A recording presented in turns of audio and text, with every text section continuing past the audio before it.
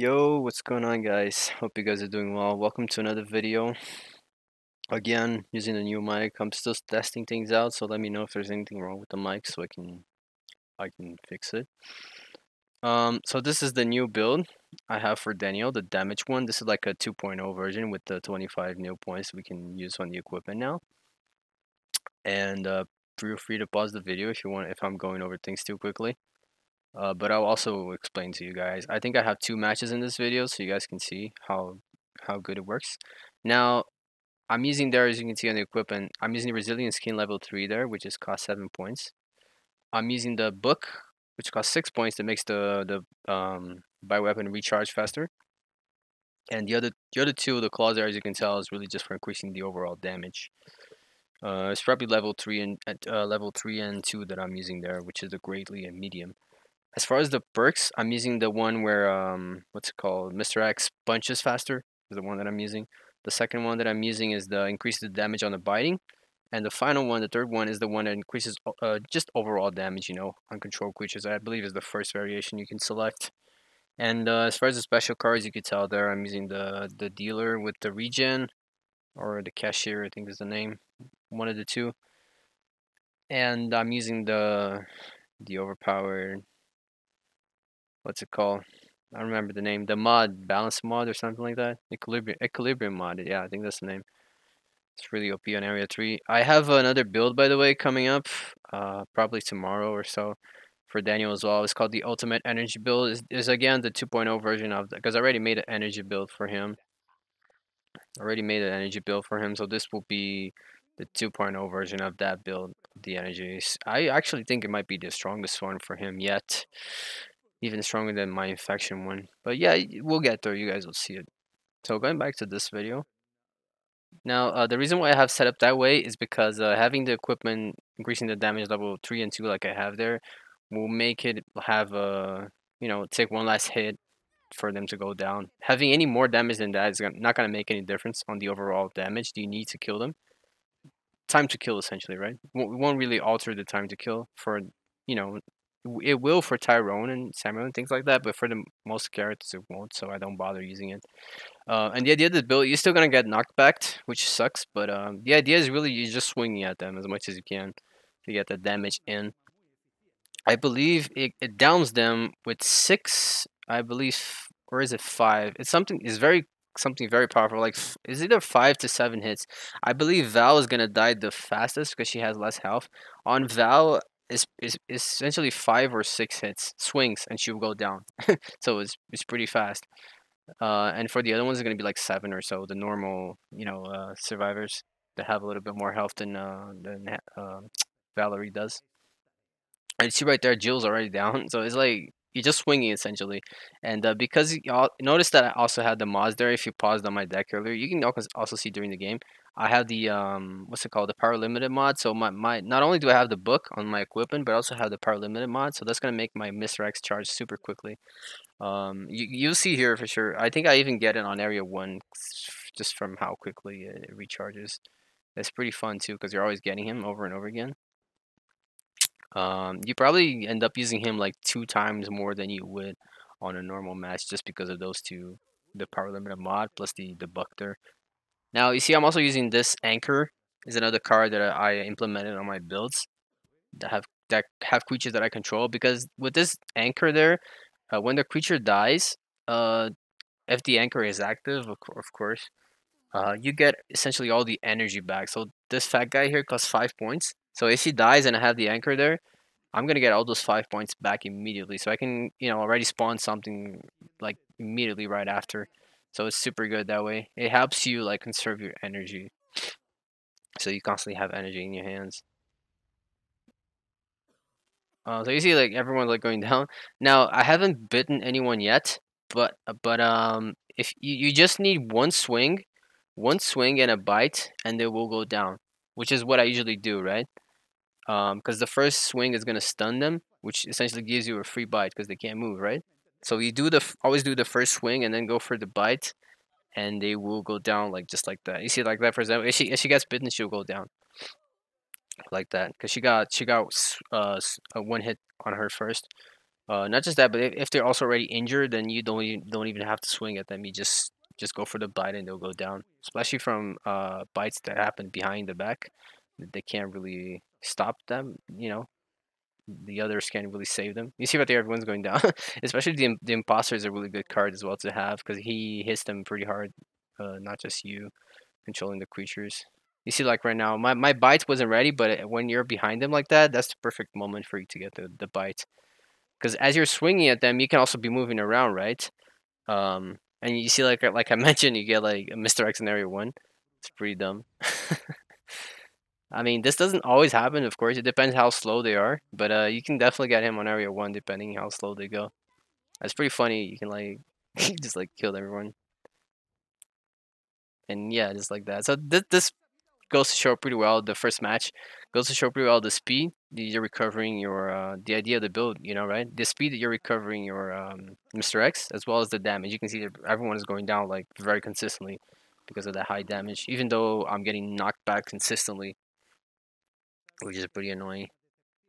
So yeah, that's the idea. And the reason why I also included the Mr. X that because especially when you're playing against the really good teams, they will make it pretty, it's pretty hard to use a creature, so it's good to have that little X factor, so to speak, pun intended. And so you can have that X factor more times during the game to really help against those SWAT teams that just get around the damage. And you notice that I also have infectious creatures on the deck instead of using the cameras to buff them and whatnot. Because if you see my deck, it's pretty much only creatures. Especially on Area 3 with the Equilibrium mod, we want to get that spamming going. So that's why I only have creatures. I'm not really bothering with the camera. I have the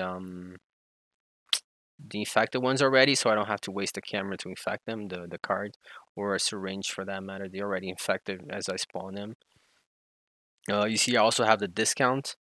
I'm not using any sort of viral mod or anything, so the creatures are already as also discounted. Which, like I mentioned, especially on Area 3, you have the discount plus the I'm not sure if I have a discount card as well on the deck, but it's maybe something you could add there because on Area 3, once you get Equilibrium mod with Daniel, it always gets pretty crazy when you have so many mods in your hand like this. Like I have two mods that cost 10 points. It almost makes your energy on Area 3 recharge normally as fast as it would when the exit door is activated, which is pretty crazy. So that's why I never bother changing that Equilibrium mod because it makes a really big difference on Area 3. Now, this build, I can see from the names, some guys that play really well, so it's probably going to be a little, more of a showcase of how it goes against the really good teams. But regardless of everything that I'm showing here, currently I still think Daniel, he's definitely fun to play, but I actually think he's the bottom tier right now of all the masterminds because of that new weapon that the devs put into the game. I think it's called Kashima, something like that. Is that weapon that it shocks the creatures and they can't move? So that puts Daniel on bottom tier, like super bottom tier, because he's literally unplayable if you're playing against the SWAT teams that know how to use that weapon. Because you rely on controlling creatures as Daniel, and you go like there with your super buffed control creatures, and they just do one swing of that shit, that weapon, and your creature is like stunned there for like 10 seconds. Everyone else is hitting your creature while it's stunned. It looks pretty stupid. And he only has to stun you once, and by the time you're out of the stun, you're already dead. So regardless of how buffed your creature is, so it's pretty unbalanced, like super broken. So he's bottom tier like by far, because he's literally unplayable if people know how to use that weapon. You're essentially like a mastermind that has no power. Like you're literally just watching them do stuff. Because every time you go into a creature, nothing happens, and nothing can happen, which is the worst part. You cannot even fight back because there's no counterplay to that weapon. I think the devs should nerf to where it doesn't work on creatures that are being controlled. It's okay to stun creatures that are like just standing there, but control creatures is way too much. It shouldn't be, or just reduce the time of the stun. Something needs to happen, or have a recovery so like you can't stun repeatedly. There's like a cooldown to it. That would be a good fix as well. But the way it is right now is just unplayable. If they keep stunning you, like he can keep like stunning you over and over again until you're dead, and so you can't move. You literally cannot move. So it's really literally unplayable. Every single creature you control is Daniel. You won't be able to do anything with it, regardless of how strong it is.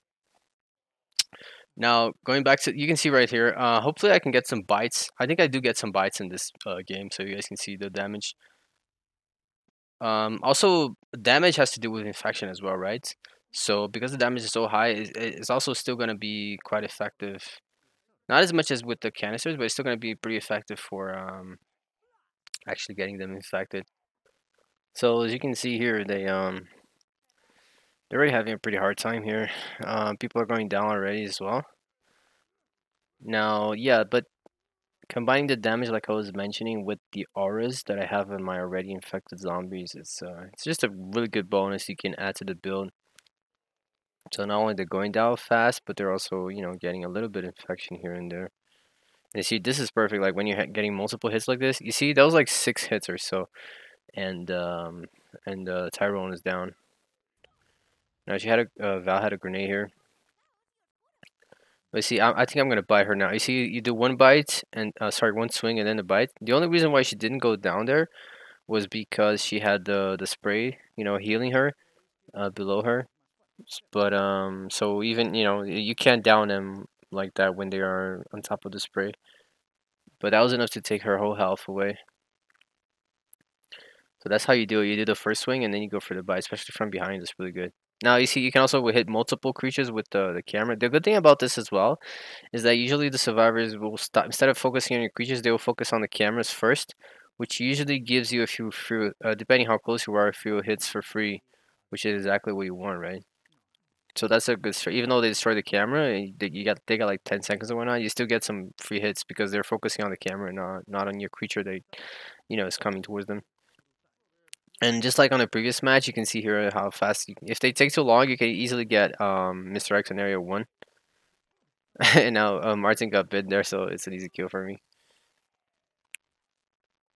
And now I think Val again is a flashbang. Now they're combining the flash with the kick, which is really annoying. You can only do that on pretty much on Mr. X. It's pretty easy to do that. Now they're kind of stuck here, so you see they were using that little bench to kind of juke me around. So instead of I used my ball rush there.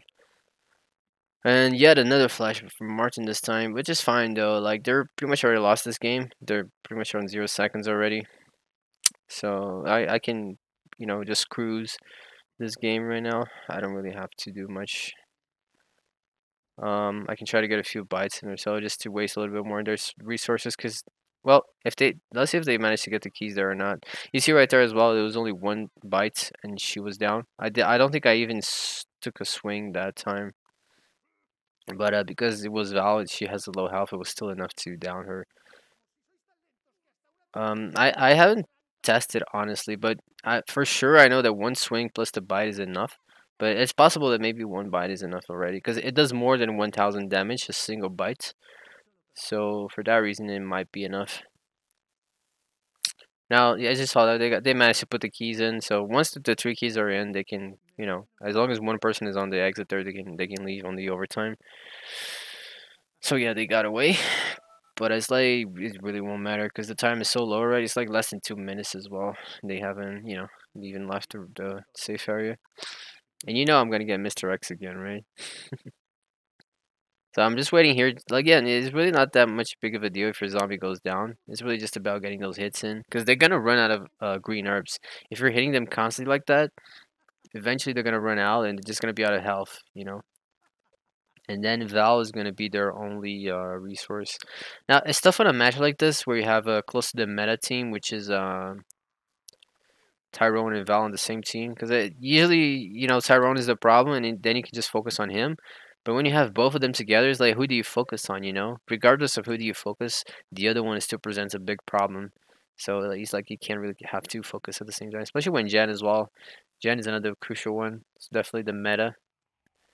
Tyrone, Val, and Jen. Like sometimes you want to focus on the Val because she's healing everyone, but then Jen is all over your cameras. But then if you focus on Jen, and you down people, then Val just heals everyone. It's like, you know, you can't really make something happen because there's always some crucial, you know, character that's up. And you see again, Val is gonna try to heal as always. So ideally, you would want to down her first, right? But it's always good if you can down Tyrone as well because he's always kicking your creatures. So not like not enabling you to move around because he's always kicking you. So yeah, those two would be the main problems for Daniel. Not Jan, not so much.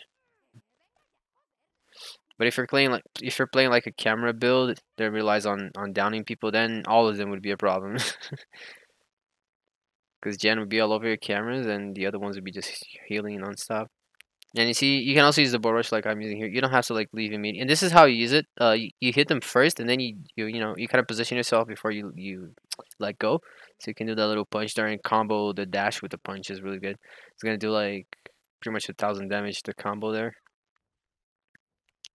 And now she kind of I don't know if she was trying to do that. Maybe she had a spray or something that she was trying to use. And now this guy's already gave up. He knows he's not much he can do. But yeah, you see the time. You see how the time was right there, and I would still get Mr. X at least two more times in this match, at least. So you can tell it was pretty hard, just because of all the equipment and everything. I would still get him two more times before the end of the game. They will still have to deal with Area 3 as well with the Equilibrium mod. That would not be easy. But yeah, guys, that's the damage build 2.0. The only difference is really the resilience skin there, and I guess the book for Mr. X, which yeah, is quite a big difference. But yeah, guys, that's the build. It's pretty fun actually because you're always downing people. But remember, if they have that Kashima weapon, you're pretty much non-existent. But yeah, guys, that's the video. Take care. See you guys in the next one.